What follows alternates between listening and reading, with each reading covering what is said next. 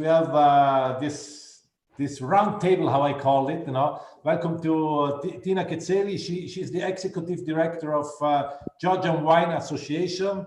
Then we have Koka Argavadze. Sorry for the name, a little bit difficult, but you are in.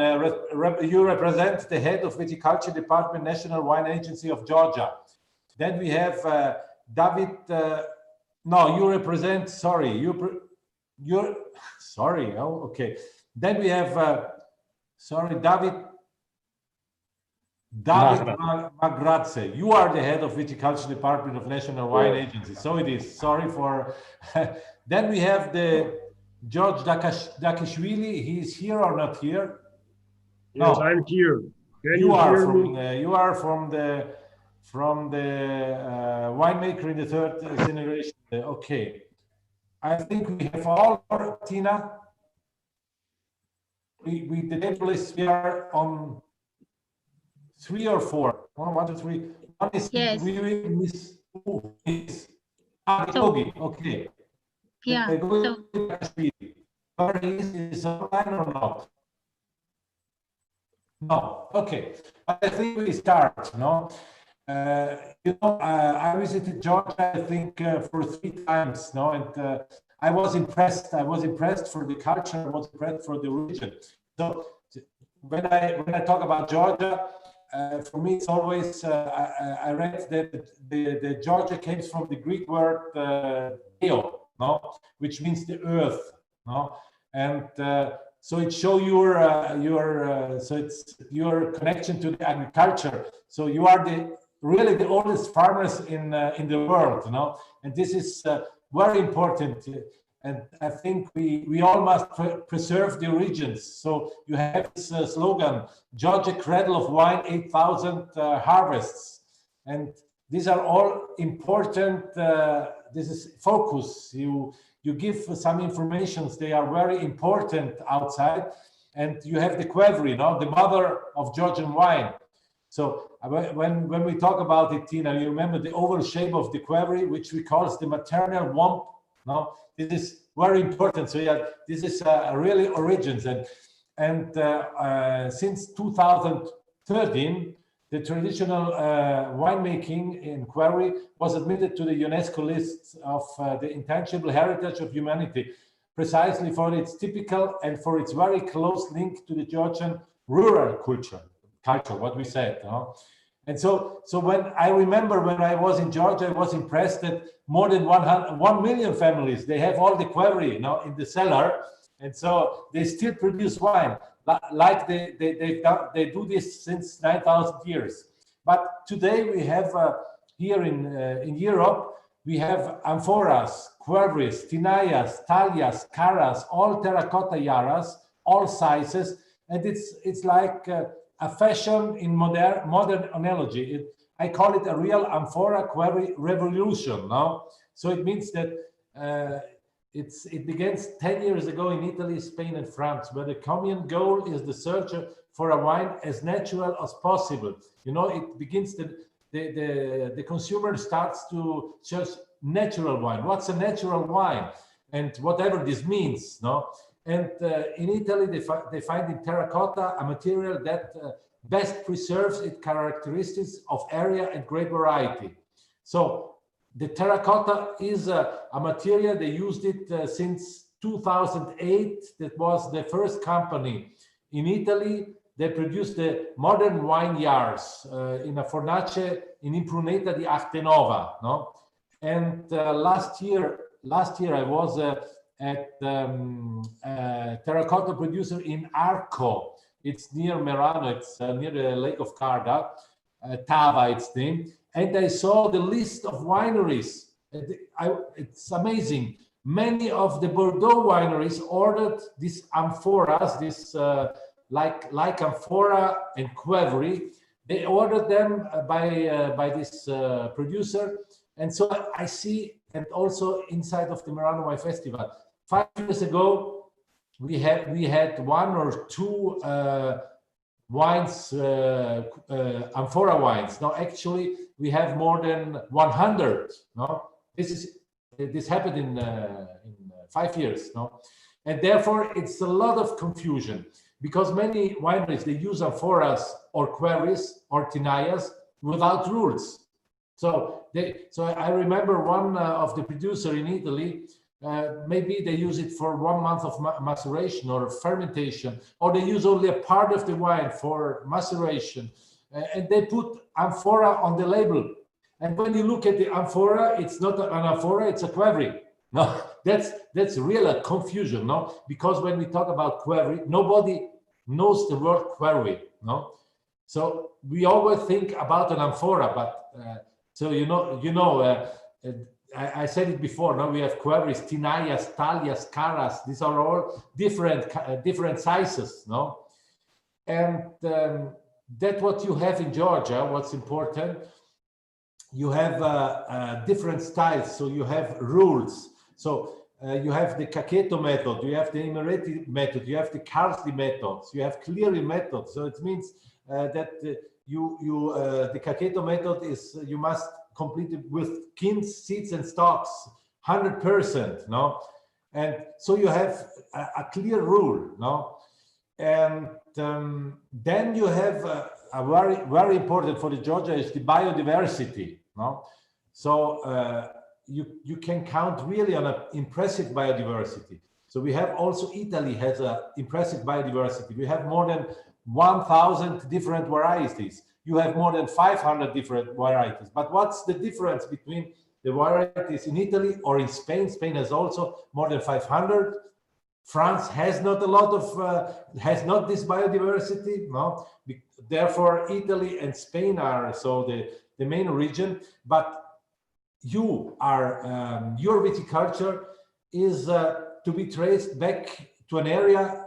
So every variety existing today in the world would have its original ancestors in your area, in the Caucasus area. Therefore, you are the origin. I said before, the origin is Georgia, no? And so then another thing you have that I felt when I came to Georgia, no? This is your relationship with the drinking of the wine, no? That's much deeper than the average of European consumption, which focuses more on the material, hedonistic and sensorial aspect related to wine, aromas, flavors, prestige, neglecting to the most intimate part of wine. You let's speak the soul of the wine, no? This is Georgia, origin. And I think now it is important to give the Georgian wine a recognizable identity to avoid any damage by the orderless amphora qvevri revolution, which started 5 years ago. No? And therefore, I propose to use the Wine Hunter Hub. I hope you saw it, Tina. The Wine Hunter Hub, which I started with the Merano Wine Festival 2020 as a digital image platform for the promotion of the Georgian wine identity. And then I hope that the Merano Wine Festival can put an effective focus on this. And together with Tina, we talked about and we plan to organize a presentation specifically about qvevri wines in Telavi in April 2021. I hope, no, COVID-19, hope that permitted it us. Okay, this is my introduction. So I need maybe Tina, you could start to give us more information or more. What do you think about it? Yeah, Helmut. So I think well, it was a great idea to sit together and talk about all these questions. The situation is so that the most important thing here is that we as Georgia have participated at the Merano Wine Festival from almost the beginning. We've only missed a couple of years. So we somehow feel like part of it. And especially now when you are talking to this idea of back to the roots and stressing all this, the importance of this message, we are more than happy about this.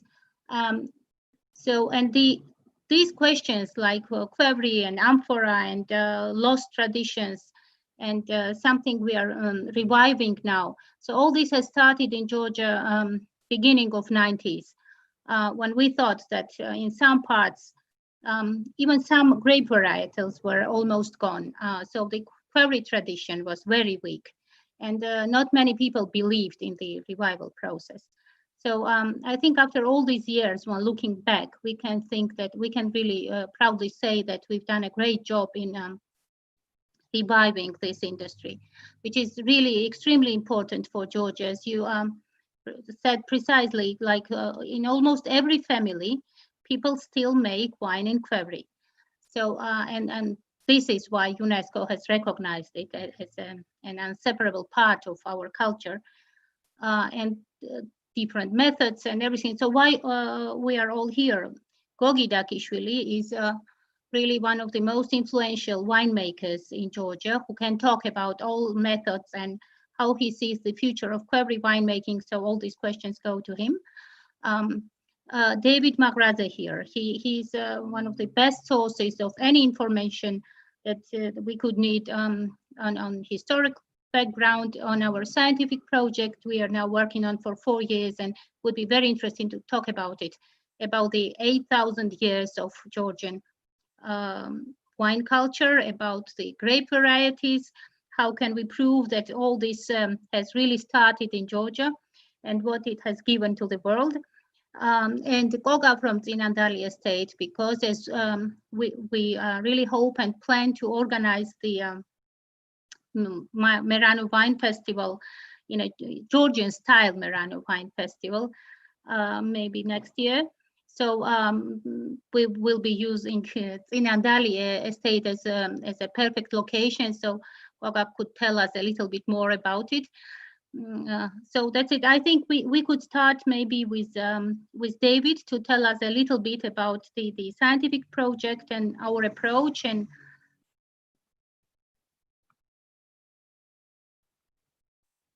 okay, David, please. So you have to open the microphone on your left side. Yeah. Okay.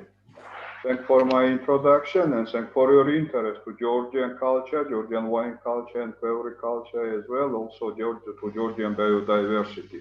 As you mentioned, Georgia is one of the smallest country maybe in Europe, but it's very rich with history coming from 1,000 years before even Christ. So our activity, which we started to renovate scientific projects, etc., is clearly demonstrated that Georgians on the territory of South Caucasus, it was viticulture and winemaking for 8,000 years along. So, which is very important because our project, which we started since 2014 in the Wine Agency, National Wine Agency of Georgia, which is one of department, let's say, agency among Ministry of Agriculture.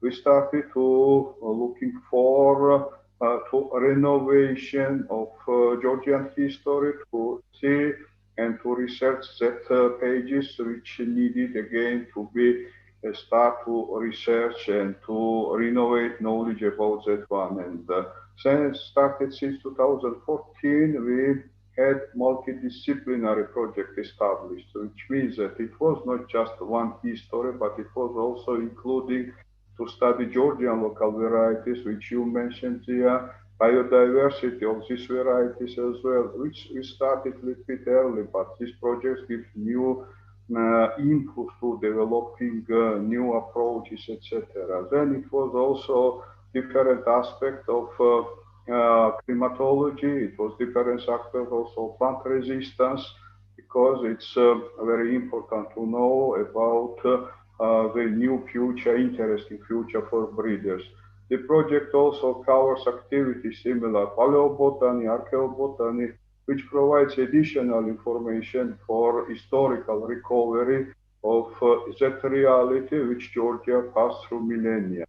And thanks to this activity since 2014, it became evident that the history of winemaking started 8,000 years ago in the Shulaveri, so-called Shulaveri culture, which is one of the earliest Neolithic culture in the South Caucasus. And the people living in the territory of Georgia, they used to make wine. And which is very important, in National Museum of Georgia, we have the first ancestral of modern Qvevri, let's say, which is quite a big vessel and which has their imagination of a grape bunch, grape cluster, which provided information and which was the first hint because that jar was discovered in 70s of 20th century.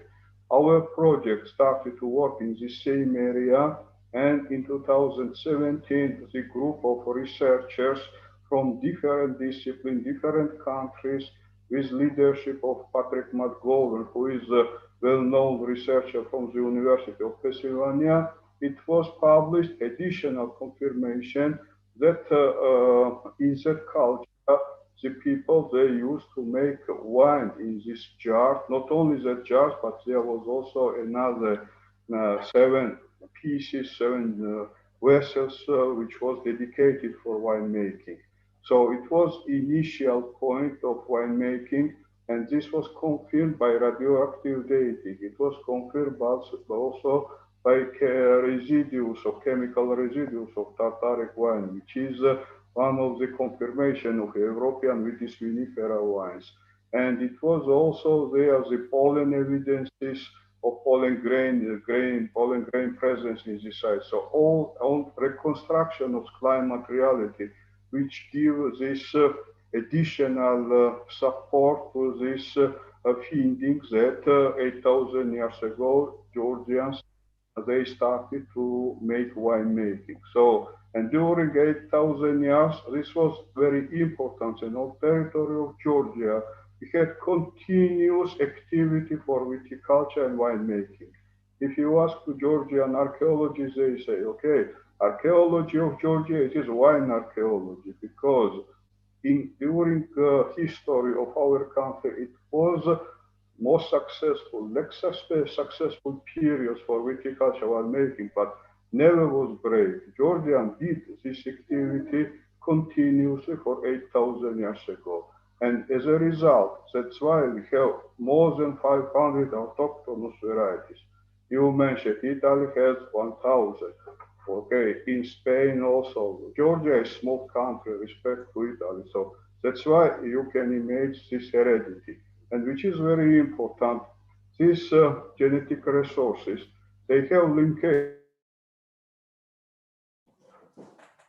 with the European genetic resources, they have linkage with the Asian genetic resources, but most varieties, they are, let's say, original, not yet included in relationship with other varieties, which make these varieties very important for breeding, because they are genes not yet involved in European gene pools or Asian gene pools. So this is originality of our genetic resources, and some research activities demonstrated also presence very important genes like, for example, genes resistance against downy mildew, which is one of the main problem of viticulture of Europe and of the world. And also that your topic, which you started to make Qvevri wine for 8,000 years ago, it was started.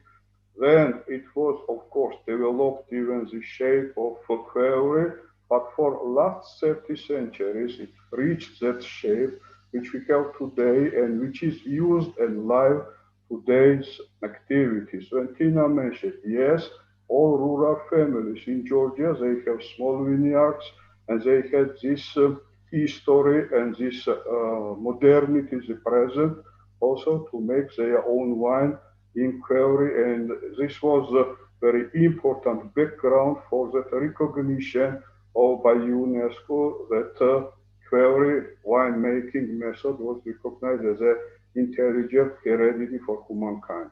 This was all background, and we are happy that we continue to work with Qvevri, with autochthonous varieties, because most of Georgian wines, it is based on Georgian autochthonous varieties, and we hope that this culture started from Georgia, then introduced to other parts of Europe, still alive, and we hope that it will be, we can say, the Qvevri wine became, is my opinion, identity of Georgian winemaking, and it is a very pleasant, let's say, background for the visit card for our viticulture as well for our grape and wine culture, as we call it.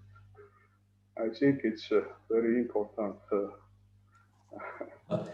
Okay, thank you, David. Thank you, David. So, Tina, we talk with the Tsinandalia estate, or it's better, or better Gogi before? Before, I think Gogi, he could tell us a little bit more about query and technology, whatever he thinks is important and can be pressed into the time limit, you know. So please, Gogi. You must turn off the microphone. The microphone on the left side. Yeah. Okay. Yeah. What I want to tell you, just some technological aspects of query winemaking. So I'm located in Kakheti, and as you just mentioned that, so you are familiar about Kakhetian method, Imeretian method, and also query is very popular in central part of Georgia, so in Kartli. So here we have wines which are stronger in tannin content and with a lot of phenolics. So in Kakheti, is a tradition to use 100% of skins and very often stems as well, if they are ripe, of course. And it's a reason, so we get higher content of phenolics. So completely different story, for example, in Kartli. So usually, so in Kartli, in some cases, winemaker ferment just juice without skins and without skin contact. So, and in Imereti region, so just only maybe 30% of skins are used for during fermentation, and they have a limited time of skin contact, usually a month or two. And Imereti produce lighter-bodied wines comparing with Kakheti. And what else? It's very important to mention that so it was a tradition to use only Georgian varieties for query production, for query wine production, but recently some winemakers started experiments with international varieties like Chardonnay, even Sauvignon Blanc was fermented in query. So this experiment was done by my elder son. So it's I was very nicely surprised when I saw results that he made very unique wine with Sauvignon Blanc with tannins and with phenolics. You have it on your platform now, on the Wine Hunter platform, Helmut. You have that wine. Yes. I hope you must have a look to the winehunterhub.com. There we have the first promotion of Georgian wines. There are the 177 exactly, wines we promote and we present on this platform. Yes. And so it's query is really very unique vessel, and it's not only a vessel, it's a philosophy, it's a story, and it's our history, Georgian history of winemaking. And it's so nice to work with query and to make different experiments. Yes, of course, you mentioned that we have rules, but it's not a mandatory to follow this rule, so we can change time to time everything. Of course, we should not touch these rules. Of course, it's a But Gogi, it's important to have some rules, no? Because otherwise, I said there is a little bit confusion. Sorry for my English. What I want to say is that it's a rules, but we have to make experiments. I understand. That is what they do in Italy. Actually, they experiment. No, they say I try to make this and try to make this, and then they use all amphora on the label, no, and this is not correct, no, and no, absolutely not. Yeah, this is not correct. And then there is the confusion between, I said, amphora and qvevri, no. Of course, amphora. It's qvevri is a completely different vessel, which is placed underground and it's used for fermentation and for maturation. Yeah, not for transportation. Yeah, it's amphora can be used as for transportation as well. Yeah. Okay, this is the platform. Have a look. Yeah.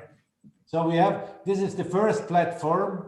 So we have the 177 wines of Georgia inside, actually, and each wine has the technical side. Very nice. Yeah, it's absolutely amazing. Yeah, it's. Yeah, what I have to add, Helmut, is that. Look at the technical side, but just a moment. Yes, this is the technical side. These are the informations which I have, but we could have more information about the wine. So you see the bottle, you see the name of the winery. Important would be the address of the winery, the web page. Then important would be also we have the skin contact, no? And so on. This would be the perfect presentation of your wines in future. Yeah. You see? Excellent presentation. Yeah, it's important information what customers need, and it's nice. Yeah. So I want to have a mix. No, you know, one is the platform, the digital platform. So everybody, not only in Europe, in America, US, or in China, or everywhere in the world, can have a look to the wines. Then we could organize some tastings. So like this, that we send the wines. So today I have a live talk with Ristorante Gattopardo of New York. No, there we sent some Italian wines, and so we taste them together, live talking with the producer. That could be for the future, could be a good idea now to organize presentations. And the Merano Wine Festival and the hub is the focus, the first to promoting. Okay, good. This is for me important. No, and then you see the platform, and the platform will be open for 5 months. It's a bridge from now until the end of March. No. There we can promote some wines. Maybe we could make, Tina, we could make some calls, some tastings with the producers. So maybe we have 5 producers, we talk with them and we taste the wine together, no? And this is what we send on the platform. Yeah, definitely. This was what we were talking about. And I've talked to Gogi also about this idea. And the wines are chosen, but the wines you have now on your platform are mostly gold and silver medal winners of our qvevri competition, and Gogi was the leading the jury there. So we are doing this for a couple of years now, and we are very happy that you chose this selection. So I think if we use this platform, Gogi, for further discussions, maybe also involving winemakers from Italy or Spain, whatever, just to make this platform, bigger and as a good platform to discuss all these questions like amphora, qvevri, what we could do in the future, how could we market these wines? Because for Georgians, it's extremely important. So this is really our identity, and we want to promote what we do now. And we are not only proud of our 8,000-year-old history, but we are really proud of the wines we make now. And Helmut was here recently and agrees that the wines are now something we Georgians can be really proud of. So using this platform, I fully agree, would be a great idea. Yes, I remember. I had luck because it was the last flight from Tbilisi to Italy. No, the last flight before the lockdown in March. No, at the end of February. Yeah. These were times when we were still laughing and saying, "No, this can't be serious. No, no way." So let's talk about Tsinandali Estate, Coca, please. The microphone, please. Yes.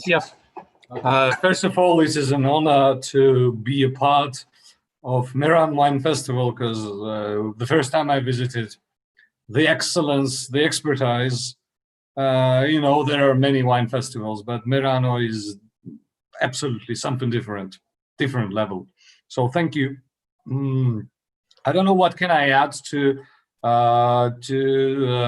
such an esteemed professionals as David is, as Gogi is, and of course Tina. What I may add, that accent is mostly on this 8,000 years that it's oldest winemaking culture. But for me personally, what is really more important, because tomorrow we can really find out that China was the first to make wine, or Ethiopia, or some other place. What is really more important is that this Georgia and the Qvevri winemaking is the only place where this 8,000 years we have not missed a vintage. This really makes Georgia a special place in regards to the wine culture.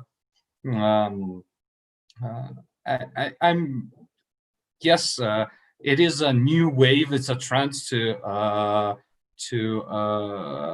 welcome the Qvevri winemaking into the classical winemaking of Europe. And I think that there's a lot, of course, that we can learn from Western Europe, and there are some things that Western Europe can receive from Georgia, from all these winemaking techniques. But again, as Tsinandali Estate, the oldest winemaking estate still functioning in Georgia, the crucial point is to not to put ourselves in some rules that really kill the experimenting soul of the winemaking, to do whatever can be done, both classical way, traditional Qvevri winemaking, and to somehow do as much experimenting as possible, as Kogi is doing for years, and many other esteemed winemakers.